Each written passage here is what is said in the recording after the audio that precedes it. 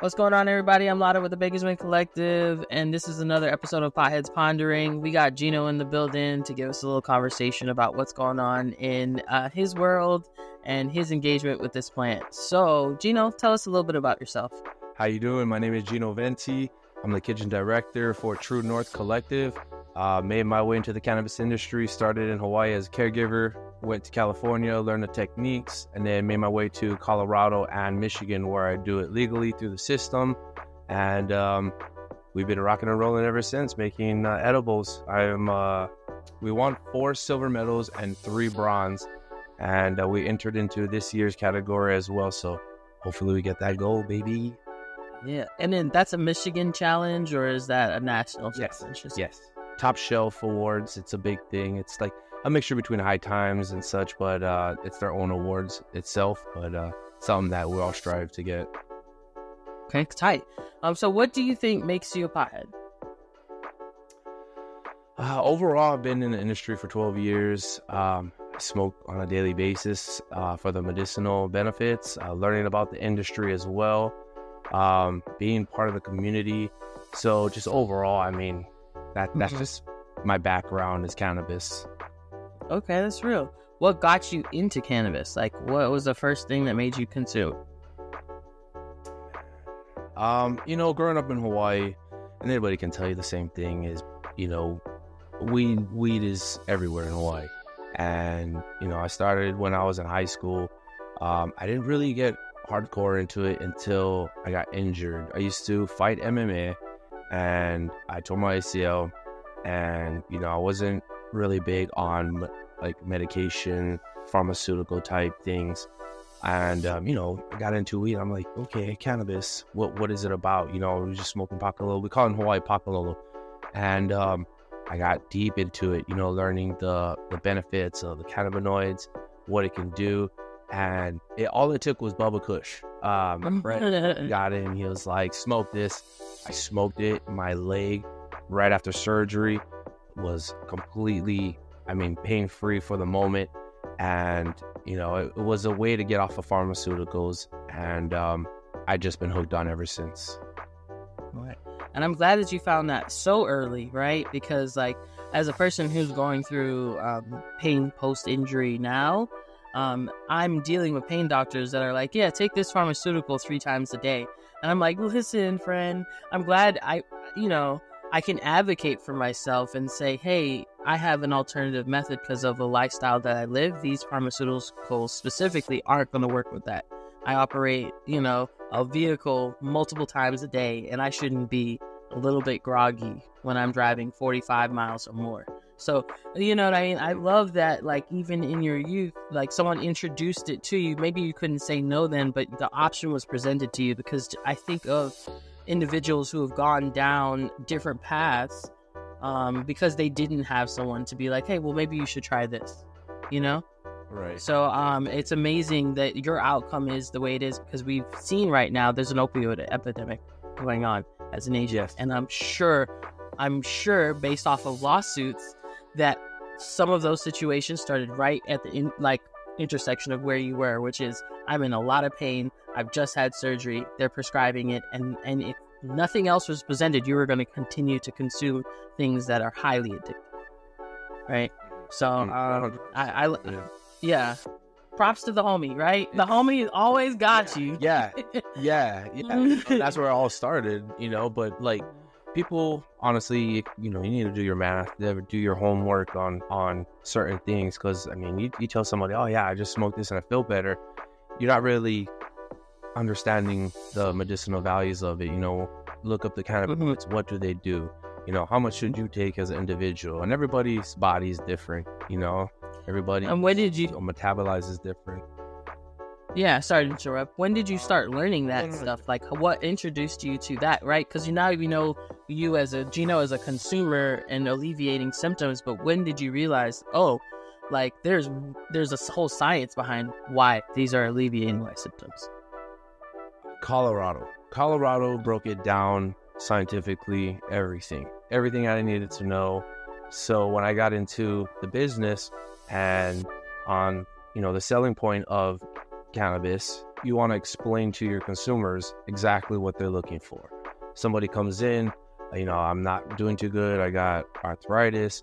Okay, break it down. Like, can you consume, can you ingest, what type of consumption are you looking for, because not everybody can smoke cannabis. And you just try and find different ways to help them. Try it out. You're gonna have to try it out no matter what, but as they say, go low, go slow, and find your right dosage. Find out where it feels good to you and where you can function, and then go through everyday life. Right. That's real. It really is that one time where you're actually trying to make a sale, and the sale is way different from like pre-legal industries where like you're like, yeah, I got this and this, and like, how much money you got? It's real short. Whereas this one is like, okay, well, what experience are you going for? How do you want to feel?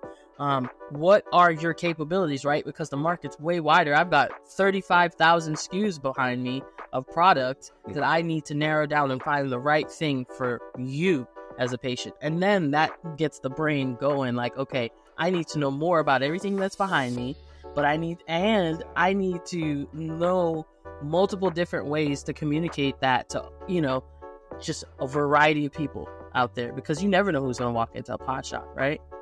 Exactly. So with that being said, Colorado opened your eyes to the science behind it. How would you characterize your experience working in weed from Colorado? All these different industries, like, because each state is different. I have, outside of being a consumer, I have no idea what it's like to be employed in the cannabis industry in Colorado. I got it down out here in Washington, so I would love to learn something. All right. Well, it's something that everyone kind of sees as obviously a green rush, both ways, obviously the plant and then the business side of it. I think one thing that, the state doesn't understand is basically that, everybody's going to go apply for it. Obviously, if you have financial background, you're going to go apply for a business, but it's just making the product, understanding what the consumer wants, understanding what the market wants, understanding how your business is going to go about it. But I think with every state turning, recreational, there's a good side for the state, and, there's a good side for business owners. But it's the thing that I've learned is obviously everybody wants a part of it. Everybody wants their hand in it. But it's businesses that actually care for the community, care for the state, care for the consumers, that want to give a good product out. They're the ones that are, trying against all these big corporations that are just in it to take over. That's what I've noticed. And in every state that I've passed by that's turning new is trying to understand the system. It's a crazy market. It gets very saturated in a lot of things, and you as a company need to understand what your state wants, how to innovate it, how to be advanced, and how to get it first out there. Making a quality product with quantity, scaling. There's so much to it. You just have to be a part of your state and, on both sides of it. You as a business, you as an innovator, but then you want to be obviously with, the good guys and not, get in trouble. Learning who you're attaching yourself to.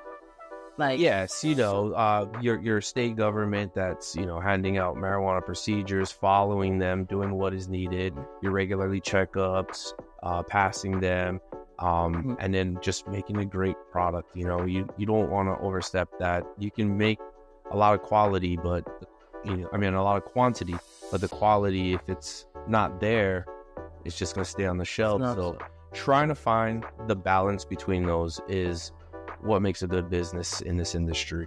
And, just everyone's trying to do their part. Right. And I love that.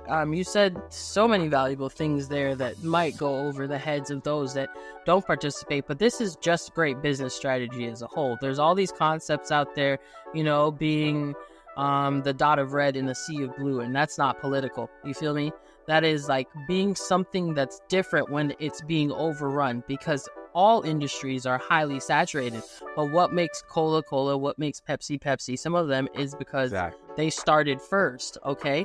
They have the money and the first start. But before that, their product was different than anything else that was out there beverage-wise. And so that is what you want to be in this industry. But don't go Pepsi, don't go Cola, in the sense that you have to remember to maintain the consumer, you know what I mean, and the culture of cannabis within the recipe, the secret sauce, or whatever you're creating out there. Gotta listen to what people want. Yep, and when you strip that away, you end up with a business that might be making a lot of stuff, but no one really wants to smoke it, or the price is low, so they continue to smoke it while people hate selling it. You know, in my experience out here, Colorado is not vertically integrated, right? Or it is vertically integrated, so you can grow your own product and then you can sell your own product. What is Michigan? You know, when I first got here, 2018, it was a lot of medical, a lot of caregivers, and now it's switching heavy recreational. You still have your caregivers here and there, but there's certain rules, you know, to the aspect, like you can't really sell to certain, you know, dispensaries. You would have to be your own company wise as a caregiver, but I mean, recreational is huge.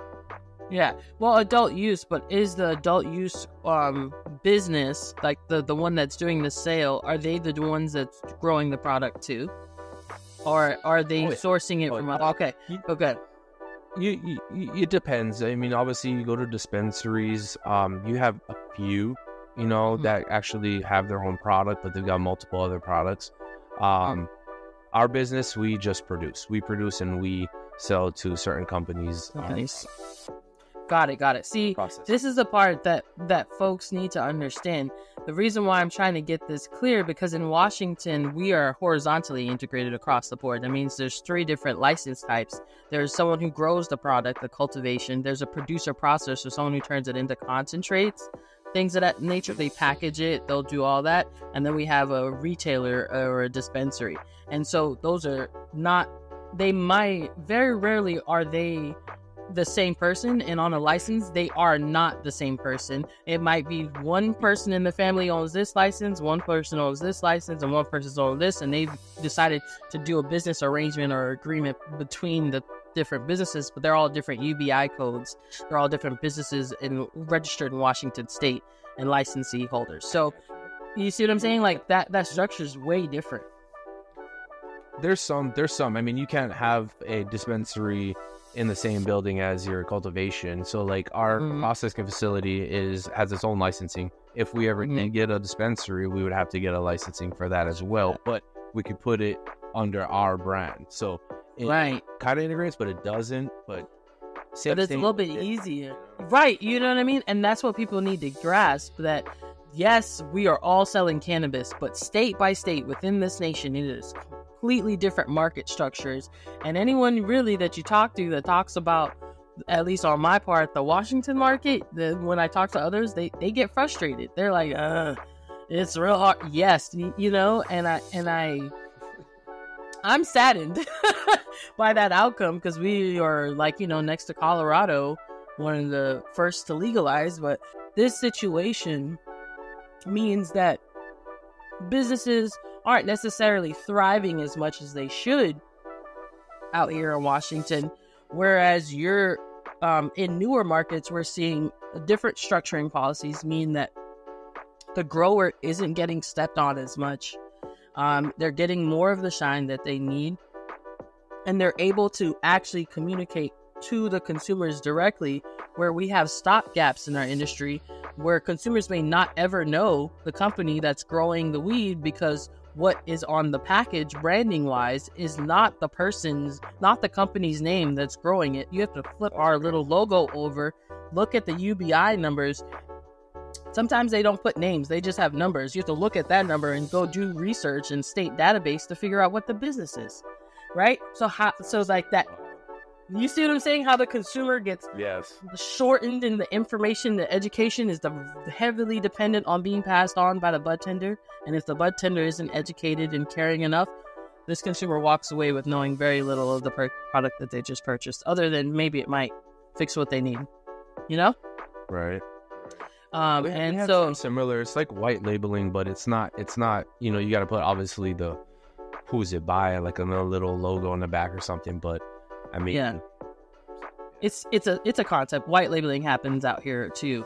Like a dispensary will white label with a farm, and they will drop products under their name in the shop, but it was definitely grown elsewhere, processed, you know, elsewhere type deal. Right. So again, not as successful of a concept out here, but so with your time, 12 years in the game, what are the key strategies you've learned in your career in multiple state industries, like things that you will take with you no matter where you work? Just manage. It's a lot of management skills, a lot of technique skills, and just doing your homework. Management skills is one. Everybody understands how I work. Every department, you know, from the start of the cannabis industry to now. I motivate my guys to be the best, be better every day. You know, Kobe Bryant, shout out to Kobe Bryant. But be better every day. You know, don't be satisfied. You know, and you know, a lot of people ask, "Oh, what if you won gold? Like, would you be satisfied?" I absolutely would not, because the next thing on my mind is the next one. You know, what happens after that? But you know, treat your workers the way you want to be treated. You know, understand their aspect of, you know, what you want them to do, how you want them to do it. Listen. That's the big thing, is listening. You know, production, scaling. You just, all these have got to be crammed into one.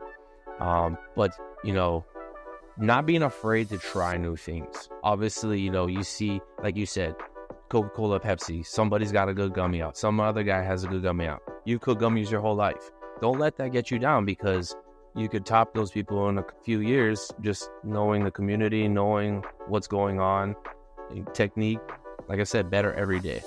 And just being present, 100% being present. I'm always there early. I'm the earliest one there. I'm usually the last one to leave. But just being present is huge. Everyone understands the goal. Everyone understands what we're there for. And the kitchen is booming, you know?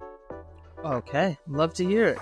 That's, you know, it's a piece of the industry that I have, since I've entered in 2020, seen missing. You know, I don't have as long of an experience within the cannabis industry, but I worked my way to a great place in veterinary medicine, and I was able to see how much management and involvement of the people in the work you do matters. Because I worked with a surgeon, you know, he couldn't do his job without us, and I couldn't do my job without him. If he didn't have all his needs, you know what I mean?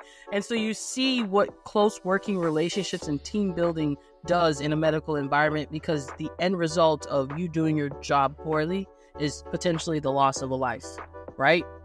And what I've seen in coming to this industry, which is vastly different, is that, of course, it's just cannabis. We're going to clock out for some, right? They got into it with money, hoping to make a lot more money because someone told them that it was profitable. They saw the amount of work that it took, made it to a certain place, but then got comfortable once they got into it. And don't do what you said, which is strive to be better every day. Don't see that if someone is complaining, right, at the bottom of your pyramid, if someone at the bottom of your pyramid is complaining, but they do the most labor, which is talking to every consumer that comes in the door, that is something that you need to take into consideration in how you move forward. And I feel like these strategies that are apparent in every other industry, how to build a team, how to create successful workplaces, can be lacking in the cannabis industry because it's such a newer industry and people think that they have to invent the wheel all over the place here, whereas they just need to refine what is already there, or take the strategies to refine what is already there that has been implemented in many industries across the world. You know what I mean? And so, yeah. Sometimes, you know, certain things. Right. oh, you know, legal, and as long as you can, try it. Closet, but right, you got it. White labeling and things that those strategies are out there in like all other marketing assets, and then we adopted it for our industry and tried it on to see how it worked. And there's so many other instances like that.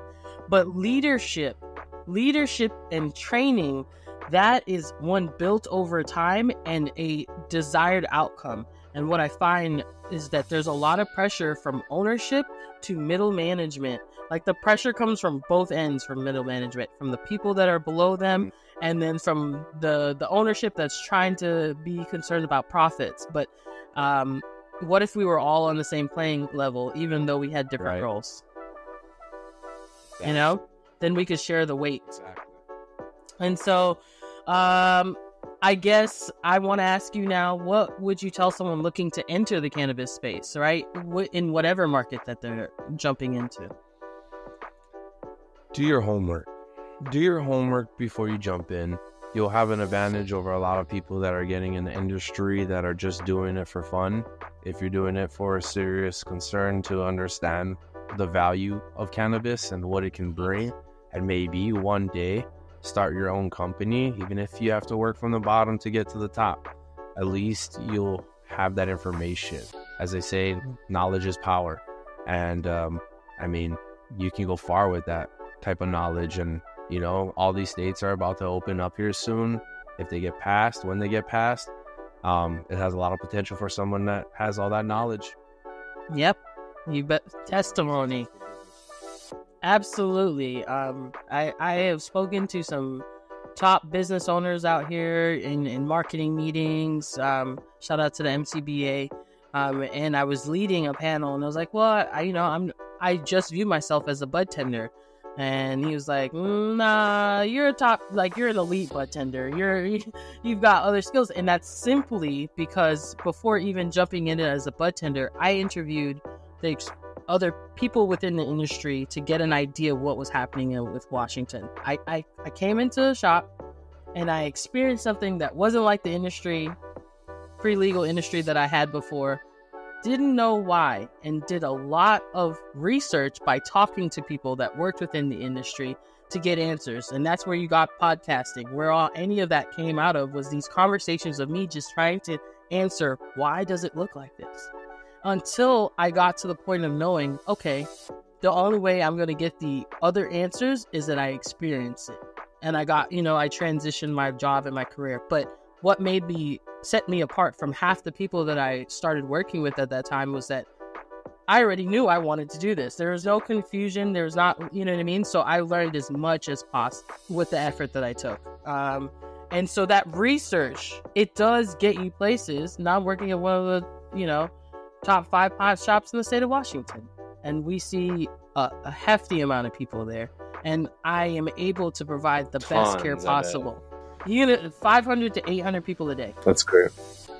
You know what I mean? And so, that's great. Like, we serve a direct community. And it's good. They're all right. They're all right. In comparison, I say they're all right. Because in comparison to any other industry, for that amount, you know what I mean? It'd be a little bit different. I honestly don't want to work for tips. I want to be paid a higher wage, and a customer never has to tip me in their life. You know what I mean? That's what this industry should be. They do it out of love, though. Yep, they do it out of love. And if they do, cool, we'll collect it. But in the meantime, there are pot shops whose model is like, we're going to pay you a certain wage because we know you're going to make X, Y, Z in tips. What? No, pay me for the amount of time and energy that I'm putting into making your business successful. Pay me that value, right? So, I guess my question is, who do you think has the best weed? You done been a few places. I'm biased. I'm gonna say Washington. Okay, so I'll put it this way. Being that, Hawaii boy, grown up, left, and now I'm on the Midwest, and I've tried East Coast and all this. Mm-hmm. I'm gonna be honest. The dangest weed that I smoke is on the West Side. That's just the West Side. That's Cali. That's you. That's Hawaii. I mean, don't get me wrong. Midwest has its things like, you know, some rosin, you know, they got some fire rosin out here. I'm not even gonna lie about that. They also have some fire weed, but it's the fact that I gotta wait a couple seasons, you know, because you gotta find it yearly around here. You know what I mean? Got it. The West Side is yearly. But no, the West Side has some dank. Hold it down on the West Coast. Listen, I'm originally from Florida, and I've had some gas in Florida, but West Coast really does it. West Coast really does it. It does, because I come back Florida, home and just ship it. I'm like, damn, this thing is stank. You know, here, and I'm like, jeez. You know, like you get hurt, like, dang, okay, I gotta fly back home. We got to fly back home, that man. So, what's next for you? Where can they find you? Tell them. I'm at True North right now. Like I said, True North take care of me. I take care of them. And you know, I'm working with a good bunch of guys right now that want to be there to learn, want to be there to take it to the next level. Right now I'm a kitchen director. We're trying to expand. But in the future, I can see myself being either a MIB director or a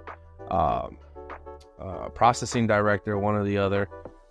So we'll see where the door opens. You know, the future's bright, but right. we're just going along for the ride. Okay. And do you have any social medias where the followers can follow your journey? Yes. It's a crazy name because obviously you can see that I game. It's under Italian Stallion, but it's spelled kind of weird. Or you can just look up True North TNCMI on Instagram, and then I'm their kitchen director. You can look me up on any other one of their posts about the edibles. Okay, perfect. See, and I just got to make my way to Michigan then, because I need to try some edibles. Right? Give me a moment. Yeah, got them potent edibles here. And little 50 milligram triangles. So, what's your legal limit out there? Yeah, you said 50 milligrams. One, ours is 10 mg per edible, so max. It is, it changes every time, and that's another thing too. Constant changing and reforming of the rules. I mean, one moment we were allowed X amount of weed to carry to drive. Now it's getting lower and lower. So, I mean, I personally don't really go to the dispensaries. I shouldn't say that, but I know growers around here personally, and kind of get the purses. The homie hookup. The homie hookup. The real good grower stuff, but right. Yeah. Okay. Well, thank you for chatting with us on Potheads Pondering. Would love to see you back once you win that Gold Cup, and if not, we'd love to come connect in person. T.B.C. moves around, so stay baked. I appreciate it. Thank you so much. Love y'all. Thank you.